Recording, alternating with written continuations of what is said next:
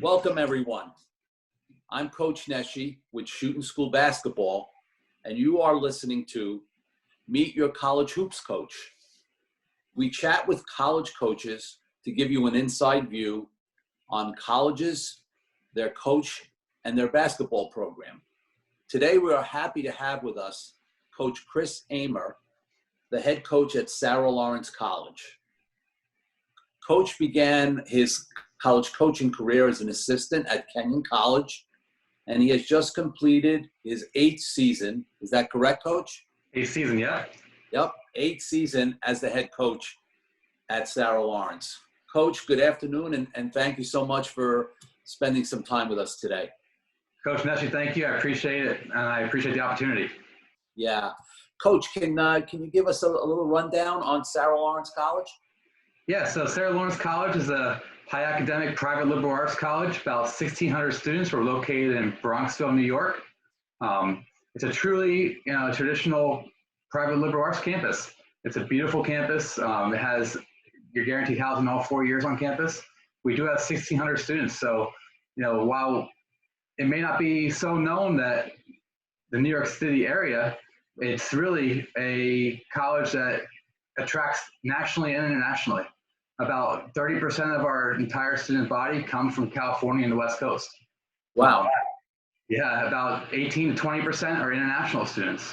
And then about 25% are the tri-state area. So we really do across a lot of different countries and as well as different states.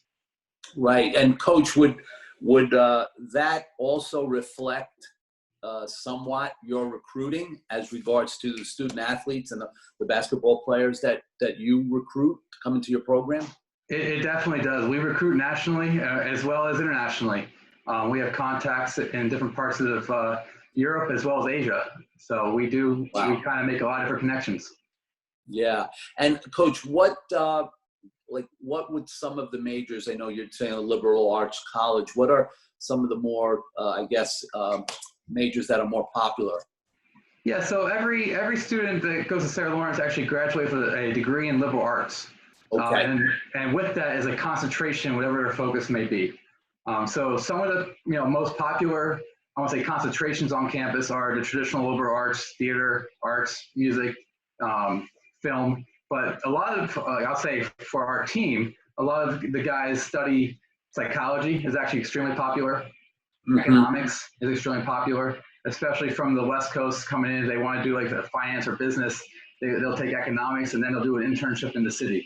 Nice. So that's a pretty common trend. As well as the sciences. The sciences are extremely popular. A lot of pre-med, a lot of bio, a lot of chem, and then pre-law is another popular one. Sure. And, Coach, speak a little bit about, I know that you're in the Skyline Conference, and that wasn't the case for your entire tenure. You've kind of, merged into Division III. Is that correct? That's correct. So we are just completed our 5th year of NCAA Division III. We are in the Hudson Valley as an independent, and when I took the job from Kenyon, I came in, we were a independent school in the Hudson Valley. It was more of a glorified club team. They had never really recruited, and they brought me in to kind of help forge that push and into NCAA Division III, as well as start recruiting and bring in recruited student athletes. So, 5 years ago, we completed our NCAA prerequisites and we became full members of NCAA Division III. And so now we are full running. We're in the Skyline, which is a very unique conference in its own right. It's a conference that's made up of a lot of city and Long Island and Westchester type schools, but it's state schools, private schools, as well as a federal school mixed in there. So you have a lot of different type of institutions. Yeah, it definitely is interesting, Coach.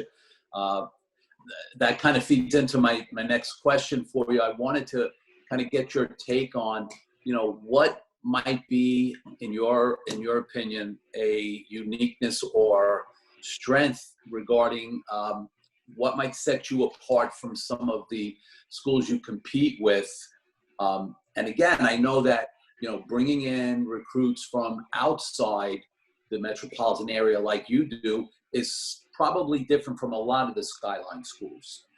But what might set you guys apart from the schools you compete against in your conference in recruiting? Yeah, I think that's a good question, and you kind of touched on it a little bit. We're just a little bit different than most of the schools. So, our recruits are different. They're coming here from all over the country, all over the world, and they're here to be student athletes, right? So they're here to obviously be a student first, but they are very committed to basketball. They are excited about the opportunities, and we typically will have them for 4 years. So we have to develop them through 4 years, where some of our schools may only have a player for 1 or 2 years we'll play against. So we're really developing a team sense, and we're creating a program. They have a system that they run. Our defense is something that we run continually every single year. So they're kind of going through that mold, and they're developing into what team we can really compete. Yeah.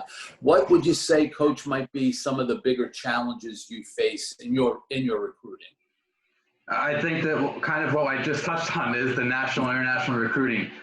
We don't have a Division I budget where we can be out all over the place. I don't have a full-time assistant that I can have on the road or in the air, during the season even. So, during the summer when we're at the camps all throughout the country, we are really making sure we're evaluating guys the best to our possibility, and know that we are going to make some mistakes along the way, because you might only see a player play live once or twice, compared to some of the schools in our league are going to have a chance to see some players locally 10, 15, 20 times they want to. Right. So, are going to make some mistakes every now and then, but that's kind of a challenge. We utilize our connections, and hopefully we can make the right decision on players as much as possible. Yeah. And so what would be, Coach, like for you as regards to when we talk about players that could be of impact and quality, basketball qualities and skills, what is it that you're looking for in the players that you want to bring into your program?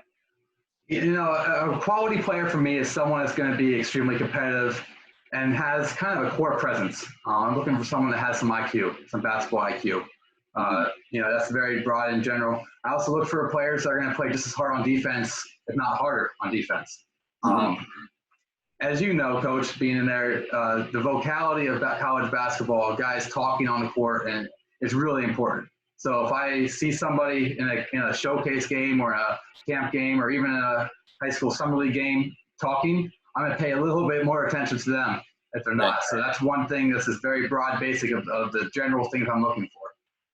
Yeah, and the aspect that you mentioned about the communication, I know in my experiences over the years, you get different teams have different personalities, and some years it would be a major challenge to just try and get your team to talk. You just would have guys who just aren't as comfortable with it, and so that when you see something lacking in your team at the present time, and if you're going through your evaluations with your recruits and they're able to show you, in this case, they're very verbal, they communicate well on the court, it seems to jump out at you. I know it did for me, in years where, that was something that we were looking to maybe make some strides with our next class. So good point, Coach. Well taken. As regards to maybe some of the intangibles, when you're looking at players, Coach, is there any non-negotiables that are most important for you? I can go through a couple things that are, position-wise. For point guards, I think they have to be able to handle basketball. But for me, we're looking for point guards that are pass-first guards. They have to be able to make a shot. That's great if they can, but they have to make sure they're trying to create opportunities for other players first and foremost. So can they, make a read in transition and hit ahead?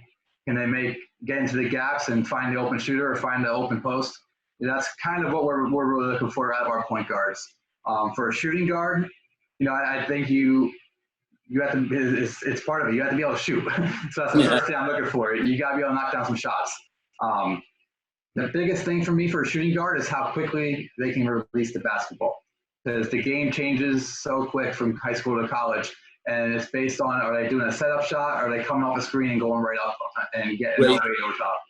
Great. That's a tremendous point, Coach. And it's, one that I think sometimes, I know to those that aren't in the business, when you talk about the layperson who's watching, or just if you're watching casual film, that is such an important point, because just because someone has the accuracy and they're able to make their shots in high school, when they get to us playing at the next level, when they're playing against bigger, longer, quicker players, that little bit of added time that they need is going to hurt their accuracy. And you and I know that, we realize it. So when you get that kid who's got that quick release already, I think it puts him way out in front. Absolutely. I agree 100% with that. And then, moving forward to, I'd say our wing and forwards for us are kind of the same. They have to be more of our slashers, guard that can just score.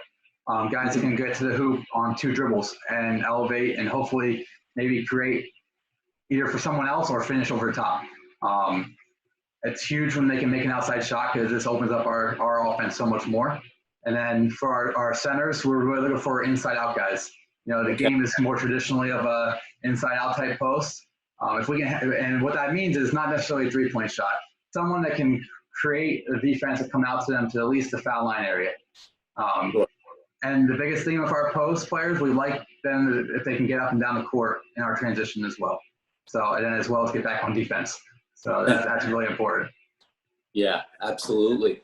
So during the season, Coach, now, and you mentioned obviously your time at Kenyon College and now at another, higher academic institution like Sarah Lawrence.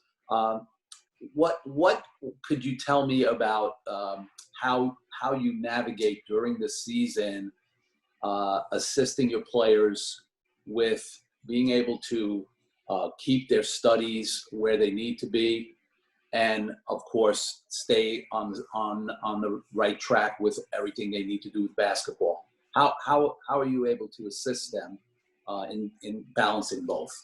I think the hardest thing is you come into a high academic institution, or I'll say any college in general, is learning time management.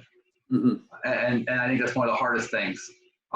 Fortunately, the places I've been, the faculty do an amazing job, as well as keeping tabs on students, and because it's a small class size, you're probably meeting one-on-one with professors quite often. So they're really checking in as well as the coaches would be. But the other thing that we do quite a bit at Sarah Lawrence is that our class schedules are all over the place. So we really customize our practice schedule around our players. So they never have to worry about missing anything. We'll go in the morning, we'll go at night, we'll go in the middle of the afternoon, whatever works for our players to be at practice. So then they never really feel any stress about having to miss anything. Mm-hmm. Now, they may miss a class if we have to, leave early for a game, but rarely does that happen, especially in conference, because everything is local for us, relatively local, minus traffic, which you never know. But, right. The typical travel time is probably about a half hour to 40 minutes for us. So it's very easy for a college team. So our guys really don't miss much class time. And so going back to everything, it really comes down to time management. A lot of our actually all of our students, they have at least 1 or 2 seminar style classes every single semester. And with that seminar style class, they work one-on-one with their professor outside of class on a project that they're working on for the entire year or semester. Wow. So it's really unique. So they're really spending a lot of time with their faculty member. And that leads to, they're checking in quite often with the faculty member. But 2, it's on some personal motivation to get the job done. Absolutely. So they have to do that. To have that one-on-one with their professor, I think could set it apart. You're building a relationship there, and that could only lead to more success, right? Absolutely. And so it really makes, I don't say my job easier, but it really does, because they're committed to their academics just like they are committed to basketball. So talking about their practice, Coach, and I'm very impressed with the setup that you mentioned at Sarah Lawrence. I think that could certainly be like a key to success. I'm curious as well with practice. So like when you're in session, you're saying that you might practice at 4 o'clock on Monday, but You might practice at 6:30 on Tuesday. You might practice at 9 a.m. on Wednesday. Is that correct? Yeah, we really try not to go too late on one day and early morning next morning. So we'll try to space it out so they aren't going from 9 p.m. to 6 a.m. or 6:30 a.m. So I get it, Coach. The reason I say that is, talking to all the coaches that I'm connecting with about their schools. It's interesting to get a perspective that, every institution is different based on their overall situation, right? But I know, like, our experience at NYU, which is similar, it's been a very challenging one as regards to time and schedules because of the varying majors. So, like yourself, we operate where we operated setting up our practice time around our students' class schedules. But like you said, the one thing I would always try to avoid is the late night practice. Like, I think for me, the late night practice is the toughest for them. Like, I'm only thinking of them.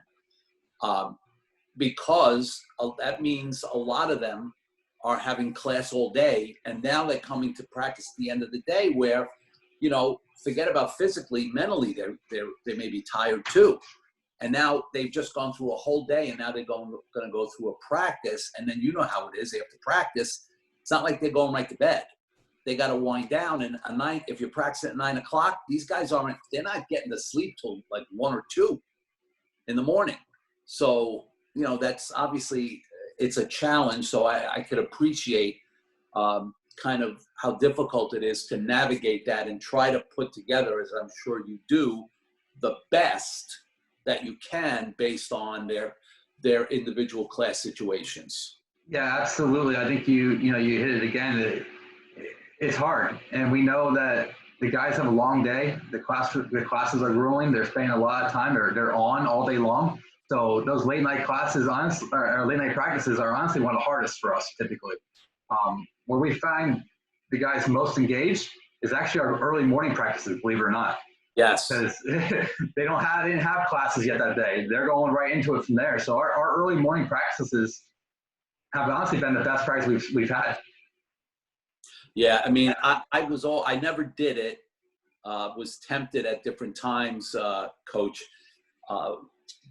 I think that I always thought about doing like what Coach Cheney used to do at Temple, and just practice at like 6 a.m. every morning. Just do it like every day, and then their schedule's exactly the same. I tell you, the one reason why we didn't do it is that we would have classes. Some of our classes begin at 8, and if we had guys who had class at 8, now they wouldn't be there for the whole practice. And if I'm doing that a couple days a week, and now they're only going to practice for at the most 90 minutes, it almost was like, well, we're still not getting everybody. Why are we doing it? But I totally agree. You get them in the morning, and then they're not coming where they just had an exam and they don't think they did as well as they could have. And you're going through practice, and somehow you see a couple of your guys with that far away look, and then you kind of have to bring yourself and say, okay, what time is it? What's his schedule? Yeah, he's just coming out of such and such a class. I know it. That's why. All right, just be patient with him, bring him around. That's all. Exactly. Exactly. The other thing that we've done as well that I think the guys have bought into, because it wasn't, I don't want to say easy sell at first, is that we go typically in the mornings on Saturday. Okay. As well. So we'll go like 9:30 a.m. on Saturdays. And that gives them their 11:30, 12, they're done for the rest of the weekend, because we give off every single Sunday. I think that's really important. So they have one full day to kind of where they can focus on their academics. Heck, maybe even go into the city, because again, a lot of the people on our campus aren't from this area, so the city is definitely a draw. So it allows them to kind of hang out and have one full day during the season to recover. Yeah, and league games, Coach, typically are when? What days of the week? Typically, we either go Tuesday, Thursday, Saturday, or Wednesday, Saturday. Okay, gotcha. So with the Saturday, obviously, when you start games, that off day Sunday kind of fits nicely. It does. Yeah, that's great. And Coach, I've gotten to see your team only a couple of times, but was really impressed when I got to see them last season. To see the jump that you've made as regards to the talent that you've been able to bring in and the ability of your guys to play together. I was really, really impressed with, where you've been able to take the program, as regards to, being a non-Division III and going through that waiting period. And really happy to see that, you've gotten the team to a really, really competitive level now, right in the midst of the other teams in the skyline. Yeah, I really appreciate that. It's been a lot of hard work from myself, all my assistants I've had throughout the time I've been here, as well as the guys that I've had on the teams. They've done a great job for me, and they've really bought into what we're trying to build. And we're not done building yet, and that's the fun part about it. It's been if anyone knows Sarah Lawrence before we got into the NCAA, before I got there, it was, I don't want to say a laughing joke, but it was a laughing stock type of team where you knew you were going to win. You didn't have to plan for it. And we are now at the stage where every team has to plan for it, no matter who we're playing. And we're winning a lot more games than we were losing, which is a fun part of it as well. So, it's been a fun ride. And like I said, our team knows, I know, and as well as our administration knows that we're not done building and where we're going. Yeah. And, so kind of looking back, Coach, on, what you've experienced now in your tenure, at Sarah Lawrence, and we could even include your time at Kenyon. But if you kind of look at all your college coaching experience, there's any one season or can you give us one season maybe that stands out a bit as regards to being memorable, even though I know for us as coaches, like we could look at all our seasons and parts of them are memorable to us. I know they are to me, but is there something you can give us, Coach, on one of your seasons? Coach, I'm going to give you two, if you don't mind. Absolutely. So my first one was my very first year at Sarah Lawrence. I got the job in September, and I left Kenyon the very first day of basketball practice, which was October 15th. My first day at Sarah Lawrence was October 22nd. Okay. And I was promised, now, this was a new athletic director, had just come in, and she hired me. I was her first coaching hire. And she promised me there would be a full team. And we had a full schedules, and it was our first year of being provisional members of the NCAA Division III, so they already made that commitment. And I walked into the gym for my first practice. We had 4 guys on the court. Oh, boy. Not one played high school basketball. Not one played junior high basketball. I went down to the dining hall to a school that is 70% female, 30% male, and anybody that had some height or looked like sort of an athlete, I begged and pleaded. We ended up having 9, 10 guys on the team. Again, not one played high school basketball, not one played junior high basketball, but they worked their butts off for me, and they bought into what we were trying to do. I kept it very basic and simple for them. Now we had a full 25-game schedule, and 16 of those 25 games were against Division III institutions. Wow. And we got our butts kicked, to say the least. But the guys never stopped playing hard for me, and they all learned a lot, and they all became really close, which was kind of cool. And they went out as never thinking they'd be college athletes, as being college athletes. When they left, they knew they were buying in for 1 year for me, because I told them it was a 1-year thing. I was going to recruit over all of them, and They bought into it. We did win a couple games that year, believe it or not. I'll never forget my first homecoming game, which was a big deal at Sarah Lawrence. The first game, and it was packed. Everyone comes, 1,000 people in the gym. It's a fun experience. We played Pratt Institute, which is a tradition. We beat Pratt. I want to say the score was 34-33. And it was absolutely incredible. You would think we won the Super Bowl. It was amazing. When we won, everyone ran on the court. It was really cool. But awesome. that was a very memorable year for a lot of different reasons. It made me very humble. And my most memorable year in terms of success obviously would be the 2018-19 year at Sarah Lawrence. That was our quote unquote best year. It was kind of everything kind of came together. Everything we had been building upon, and we knew that we were right there. And when we finally had a couple things fall into place, our system was working well. We had a couple first years come in that were excellent, as well as some upperclassmen really stepped up. And it just kind of came together. We didn't start out great, but we really hit our stride probably our third or fourth game and kind of kept building from there. And it was incredible to watch. The best thing about that was we only had one senior on the team, or none. Either one or none seniors. So it was really great that we returned almost everybody back, and all of our main players were back. Yeah, it's great, Coach. And I know you still have mountains that you want to climb, and I know you're going to climb them. So excited. I appreciate that.